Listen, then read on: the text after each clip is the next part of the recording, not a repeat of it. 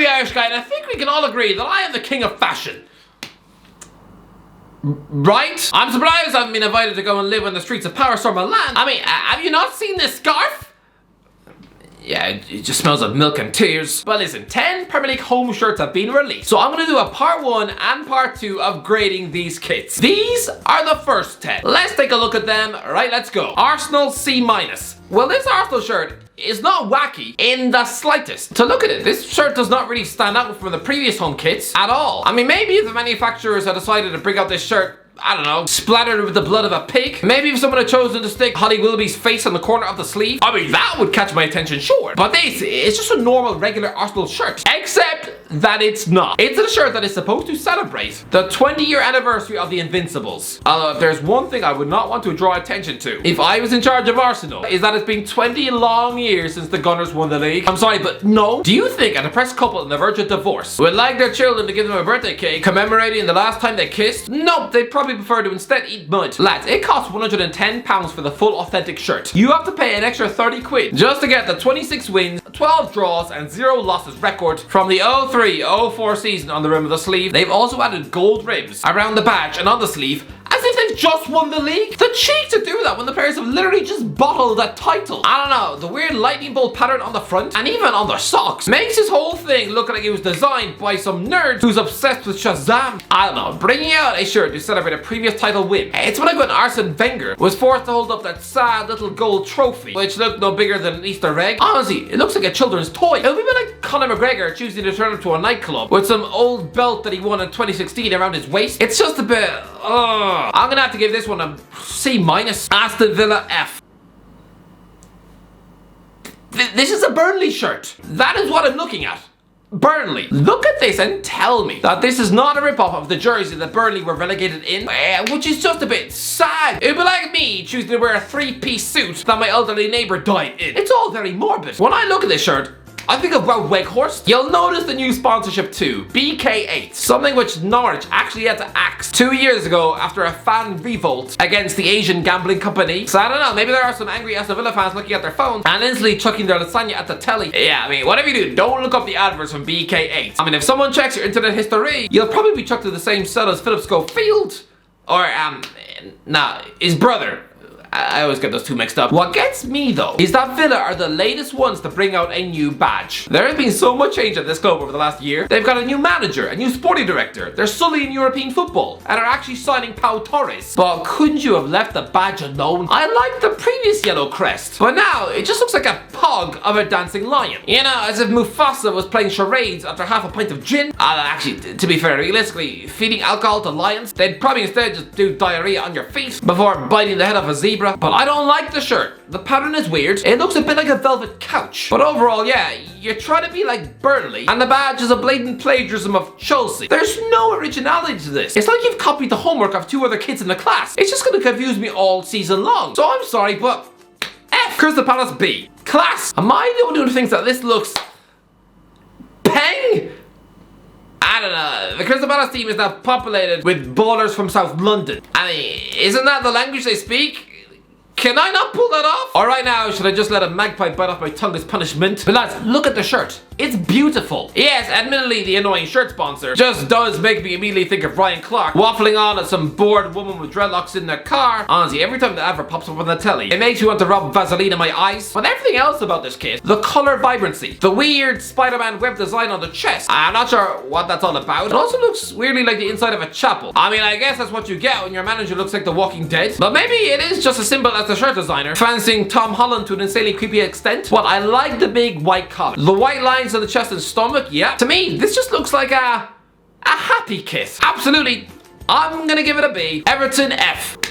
I hate it. I absolutely despise this shirt. I am sorry to the Everton fans who forked out 65 quid to buy this thing. If you like it, you like it. Fair enough. I mean, if I see you walking down the street, I'm not gonna projectile vomit onto your clothes. I'm not gonna ask a nearby policeman to burn off your sleeves. I just think personally, if I was an Everton fan, I would sooner be seen walking through HMVs wearing a t-shirt with my naked grandma on the front. This just makes everybody who wears this look like a child. It's the huge shirt collar. It looks like one of those polo tops those rich kid snobs would wear at school. You know, those types whose daddies worked as highly paid surgeons? Yeah, my dad just sold tomatoes and dignity on the street. It's the huge white collar and the weird thin blue zigzags. It's supposed to be a funky design, right? No, the lines are so spindly. They look like Peter Crouch's limbs, or if you just squash spiders into the shirt. You know, blue spiders. You know, the ones that the Smurfs probably eat for tea. Maybe I'm being too harsh, but to me it's an ugly kit, so I'm giving it an F. Fulham C-.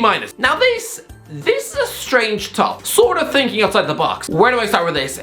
It's a bit all over the place. First of all, this released advertising photo looks a bit like the most uncomfortable Tinder date in the world. The body language, the arm is folded, the disappointed frowns. It honestly looks like a man and wife attending Craven Cottage 30 minutes after talking about divorce. But as for the shirt, the look, the plain pure white would have been fine. But they decided to add greyish lines as well, which makes the whole thing look like an accountant's copybook. I like the red streaks on the right sleeve, alternating with the white ones on the left. It's a nice contrast with the black shoulders. I like that, but again, it's just the weird one button collar, which makes the shirt look like a child's baby grow. You know, something a toddler would wear whilst they drink breast milk and throw nappies at the dog. It's a mixed bag. I like some things about this Fulham shirt, but I also think it lets itself down in parts, so I'm gonna go with a C-.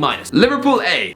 I'm confused. Does a Liverpool shirt automatically come with a free pair of sunglasses and weird retro pants? Lads, I'm looking forward to discussing the Liverpool away shirt. I'll do that in the away kit video, but as for the home one, I do like it. Even if it does cost £114.95, you could literally fly to Japan for less than that. Well, I mean, if you chose to spend the entire flight just sitting in the cramped toilet. But listen, this is a shirt inspired by Bill Shankly's last season in charge of Liverpool 50 years ago, which would worry me. Is this a hint that Jurgen Klopp is also about to quit? Is this the jersey you wear when your legendary European Cup winning coach is about to leave? Or are you really just celebrating the 50-year anniversary of lifting the FA Cup? I mean, if the Reds really did just win the FA Cup this season and nothing more, you'd probably have angry Scousers biting off their own feet. Weirdly, that FA Cup win that Liverpool are paying tribute to, they beat Newcastle 3-0 in the final in front of 100,000 people at Wembley with Kevin Keegan scoring twice. You know, the guy who's now worshipped as a king on Tyneside. Did the Geordies to try to mentally block this match from their brain? I've been like trying to just forget the time that your wife got off with your dad underneath the Christmas tree. But the kit is beautiful. It's got those trademark 70s collars and sleeves, which now makes sense why Nunez is also wearing 70s pants. Although, I mean, try having that sleeve tattoo in the 70s. People would assume you've just been released from prison for stabbing your mother in the face. But listen, it's a beautiful classic shirt. I'm gonna give it an A. Man City B. Quite bold to choose Riyad Mahrez to model your kit, considering right now he's just flirting with blokes in Saudi. I mean, not literally. I think if he did actually do that, they'd probably cut off his hands with an axe. But listen, this is yet another anniversary kit. Arsenal are celebrating 20 years since they won the league. Man City are paying tribute to 20 years since they left Main Road and moved to the Etihad, where they've had all the success. Although, to be fair, the stadium wasn't called the Etihad in 2004. It was called the City of Manchester Stadium. Shouldn't it have been called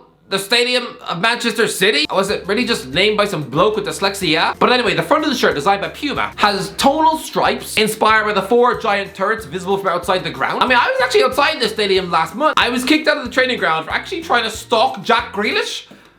Roll the clip.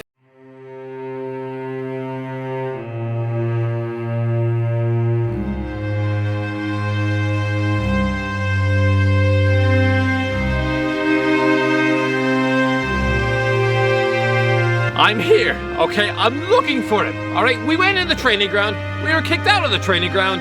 The men, they're not training today. They're in too many competitions. I don't know when there's... I've looked for Grealish. I've gotten the train, and he's not here. I think he maybe he's hiding from me. I don't know, but I'm literally here. I'm looking for him. Where are you, Jack? Oh, I will find him next season. Don't worry. When Man City travel to Newcastle, I will be waiting for you, Jack. Christ, it makes me sound like a psychopath. But lads, the postcode of the stadium is displayed on the back of the neck, which will be handy for drunken City fans when they stumbled out of the pub on the morning of the match. Even if you're now just only able to slur gibberish about how you fancy your mum, just show your shirt collar to the Uber driver and you'll be just fine. I mean, the V-neck is actually inspired by the first kit used at this ground in 03-04. I love how Arsenal are paying tribute to a season where they went unbeaten, while City are literally celebrating a season where they went 14 games without a win. They went on a run of just 2 wins in 24 matches and were nearly relegated. And they're paying tribute to that? It'd be like me snipping a failed maths exam on the fridge. City literally had Nicholas and Elka up front, and we're still knocked out of the Europa League by something called Groklin Discobolier. Sounds like a spell from Hermione Granger, or a rash you might get on your thigh. I guess they beat Barcelona in pre-season that year. They also beat Man United 4-1 in the derby, I guess. But I do like the shirt. The white and baby blue reminds me of the ending of Toy Story 3. Whenever I look at this shirt, I'm just gonna feel like giving Woody a hug. Oh, now I really do sound like Philip Schofield. But no, I'm gonna give this shirt a very solid B. I just love how they're paying tribute to a shirt that Glenn Whelan used to wear. Man United B. Yeah, here's the shirt which was leaked at Glastonbury when that British rapper Aitch wore it. Was it a publicity stunt?